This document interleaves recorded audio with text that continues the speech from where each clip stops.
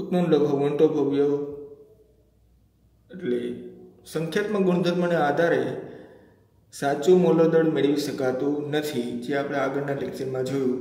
તેથી અસામાન્ય એટલે કે પ્રાયોગિક મોલર દળ પ્રાપ્ત થાય છે.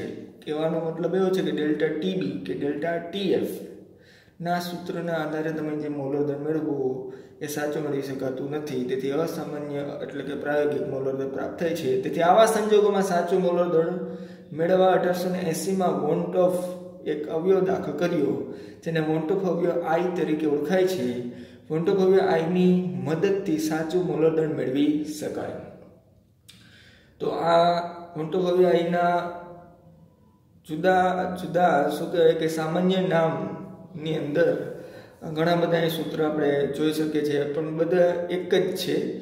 આઈ ઇઝ ઇક્વલ ટુ સામાન્ય મોલર દળ એટલે કે સાચું મોલર દળ અને અસામાન્ય મોલર દળ. તો હમણાં જ આપણે કીધું સામાન્ય મોલર દળ અને સૈદ્ધાંતિક મોલર દળ કહેવાય અને અસામાન્ય અને પ્રાયોગિક કહેવાય. તો આપણે લખ્યું પ્રાયોગિક મોલર દળ.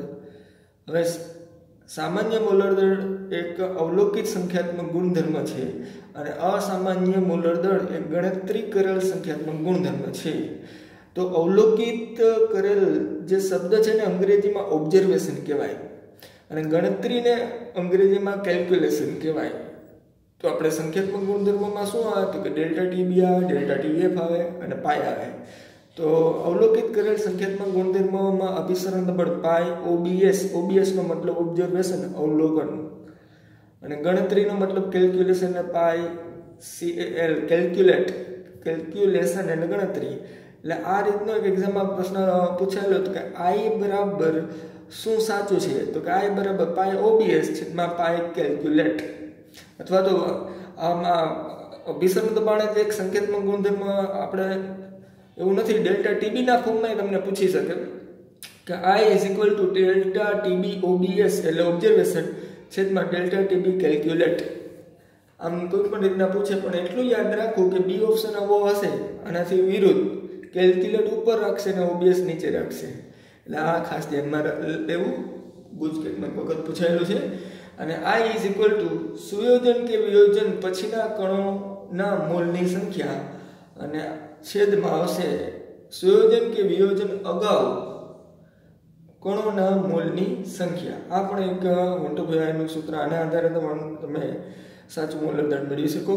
હવે આ ત્રણ જે વાક્ય છે ખૂબ જ અગત્યના છે, ખૂબ જ એમસીક્યુ પૂછાય છે અને આના આધારે જ આપણે દાખલાના જવાબ મેળવશું કે જ્યારે દ્રાવ્યનું સુયોજન કે વિયોજન ન થાય ત્યારે આઈનું મૂલ્ય 1 હોય તો કેવા દ્રાવણોમાં દ્રાવ્ય પદાર્થનું સુયોજન કે વિયોજન નથી થતું અને કેવા દ્રાવ્ય પદાર્થ માટે આઈનું મૂલ્ય 1 બરાબર 1 હોય.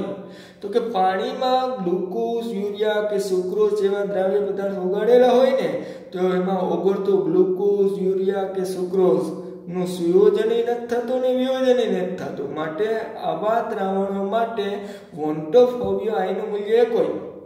જ્યારે દ્રાવ્યનું સુયોજન થાય તો આપણે આગળના લેક્ચરમાં ભણી ગયા છે ઉદાહરણ કે બેન્ઝીનમાં એસિટિક એસિડના આપણે 2 અણુ ઓગાળ્યા હતા તો એના 2 અણુ દ્વિઅણુ તરીકે સુયોજન પામેલા. એટલે કે જ્યારે દ્રાવણમાં દ્રાવ્યનું સુયોજન થાય ત્યારે ઉમેરીએ છે 2 કણ અને 2 કણનું સુયોજિત થવાથી એવા અણુ દ્વિઅણુ તરીકે એક મોટા અણુ તરીકે એક અણુમાં ફેરવાઈ જાય છે. હવે ઉમેરા 2 ને થઈ ગયો 1 અણુ તો સંખ્યા ઘટી, સંખ્યા ઘટે એટલે આઈનું મૂલ્ય 1 થી નાનો થાય સુયોજન પામતા દ્રાવ્ય પદાર્થ માટે. તો એક ઉદાહરણ તો આપણે જોયું કે C6H6 માં CH3COOH આગળના લેક્ચરમાં. એના જેવું જ બીજું ઉદાહરણ છે કે C6H6 એટલે બેન્ઝીનમાં C6H5COOH એટલે બેન્ઝોઇક એસિડ અથવા તો C6H6 માં તમે C6H5OH એટલે ફિનોલ ઓગાળો તો પણ એ આગળ આપણે જેમ એસિટિક એસિડ માટે સમજાયું તેમ અહીંયા બેન્ઝીનમાં બેન્ઝોઇક એસિડનું અને બેન્ઝીનમાં ફિનોલનું સુયોજન થશે. એટલે સુયોજન માટે તમારે જનરલી હાઇડ્રોકાર્બનની અંદર ક્રિયાશીલ સમૂહ ધરાવતા જે ઓર્ગેનિક પદાર્થો છે એ સુયોજન પામતા ઉદાહરણ થશે મોટે ભાગે. જ્યારે દ્રાવ્યનું વિયોજન થાય ત્યારે એટલે કે જ્યારે પદાર્થ તમે એક નાખો, જેમ કે આગળના લેક્ચરમાં આપણે સમજાવ્યું કે કેસીલને તમે પાણીમાં ઓગાળો તો એને ઉમેરેલો એક પદાર્થ પણ પાણીમાં ઓગળતા સાથે જ, મતલબ કે એનું આયનીકરણ થતા સાથે જ, મતલબ કે તેનું વિયોજન થતા સાથે જ તેનું બે કણ K+ અને Cl- માં રૂપાંતરણ થાય. એટલે કે જ્યારે દ્રાવ્યનું વિયોજન થાય ત્યારે I નું મૂલ્ય 1 થી વધુ હોય. તો હવે બીજા કોઈ ઉદાહરણ છે તો અહીંયા લખેલા જો આપણે પાણીમાં KCl, તો બે કણમાં એનું વિયોજન થશે, પણ પાણીમાં BaCl2 ઓગાળો તો 3 કણ છૂટા પડે વિયોજન પામીને.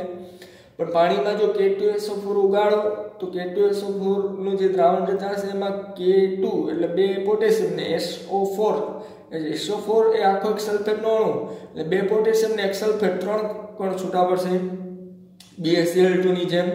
પછી AlCl3 માં એક એલ્યુમિનિયમ ને 3 Cl એટલે 4 કણ છૂટા પડે તેવો દ્રાવ્ય પદાર્થ છે. હજી 4 કણ છૂટા પડતા હોય તેવો દ્રાવ્ય પદાર્થ નીચે આપેલો છે K3FeCN6.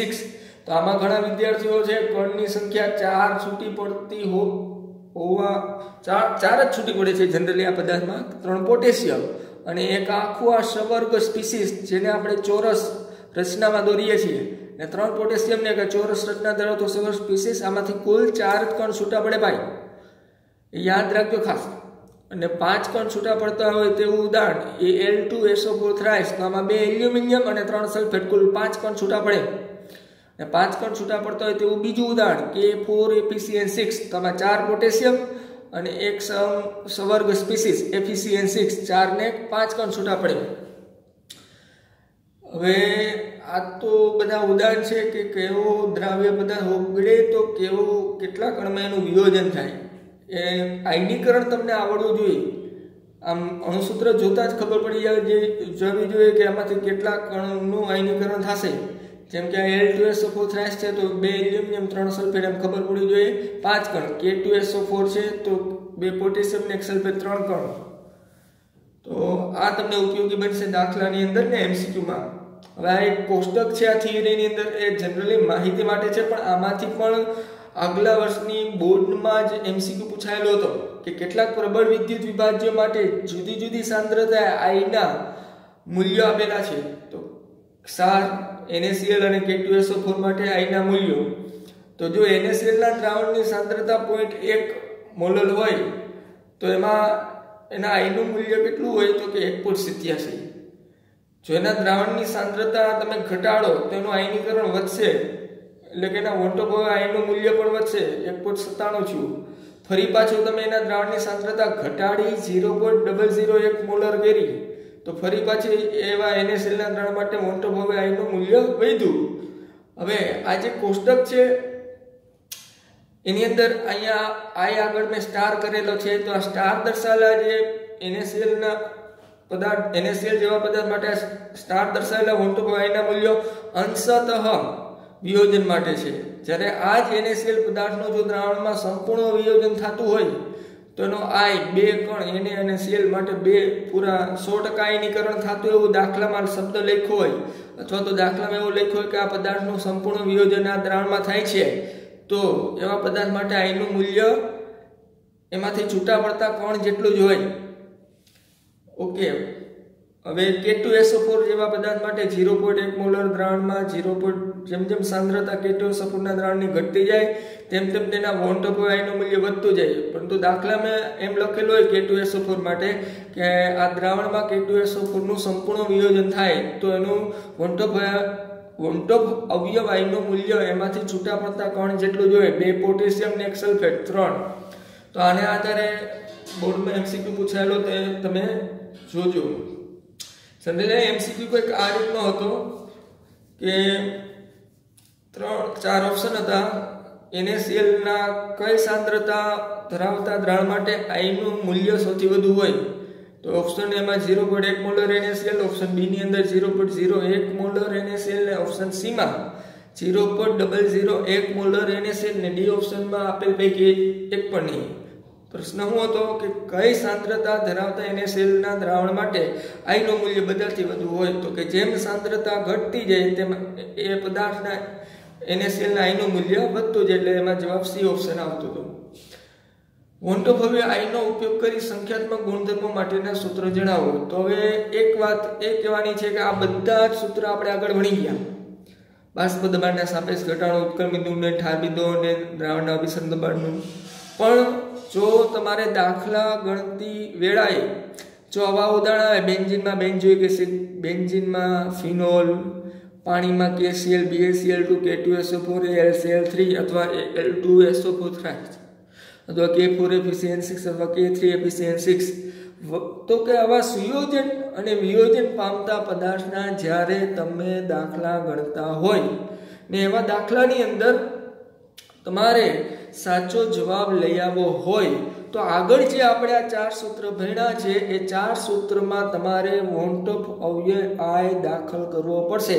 એટલે વોન્ટ ઓફ અવયવ આઈનો ઉપયોગ કરી અને સંખ્યાત્મક ગુણધર્મોના સૂત્ર જણાવો. તો બાષ્પ દબાણનો સાપેક્ષ ઘટાડો કેટલો, બાષ્પ દબાણનો સાપેક્ષ ઘટાડો એટલે સૂત્રમાં કયું પદ બાષ્પ દબાણનો સાપેક્ષ ઘટાડો દર્શાવે છે? તો કે આ P10 - P1/P10. આ પદને, આખા પદને જ શું વંચાય? બાષ્પ દબાણમાં થતો સાપેક્ષ ઘટાડો બરાબર આઈ દાખલ કરી દીધો. જુઓ, સુયોજન પામતા કે વિયોજન પામતા પદાર્થના દાખલા ગણવા હોય એમાં તમને દ્રાવકનું, દ્રાવણનું, શુદ્ધ દ્રાવકનું, દ્રાવણનું બાષ્પ દબાણ આપેલું હોય, દ્રાવક અને દ્રાવ્યનું વેઇટ આપેલું હોય તો એવા દાખલામાં સાચો તમારે જવાબ ગણવા માટે એમાં આઈ દાખલ કરી દેવો. ઉત્કલન બિંદુ ઉન્નયનનું જે સૂત્ર છે એમાં તમને ગ્લુકોઝ, યુરિયા કે સુક્રોઝ સિવાયના કોઈ પણ જે દાખલા આવે અને એવા દાખલાની અંદર તમારે ધારો કે આ ઉત્કલન બિંદુ ઉન્નયન સૂત્રનો ઉપયોગ કરવાનો થતો હોય તમે આઈ દાખલ કરી દેવો. આ જ રીતે વાત લાગુ પડે છે ઠાર બિંદુ ઉન્નયનવાળા સૂત્રને, અને આ જ રીતે વાત લાગુ પડે છે આ સંખ્યાત્મક ગુણધર્મ અભિસરણ દબાણ પાયવાળા સૂત્રને પણ, કે ગ્લુકોઝ, યુરિયા અને સુક્રોઝ ને સિવાયના કોઈ પણ પદાર્થના દાખલા ગણતી વેળાએ જો તમારા 4 માંથી કોઈ પણ સૂત્રનો ઉપયોગ કરવાનો થાય તેમાં બરાબર પછી વોન્ટ ઓફ અવયવ આઈ દાખલ કરવો.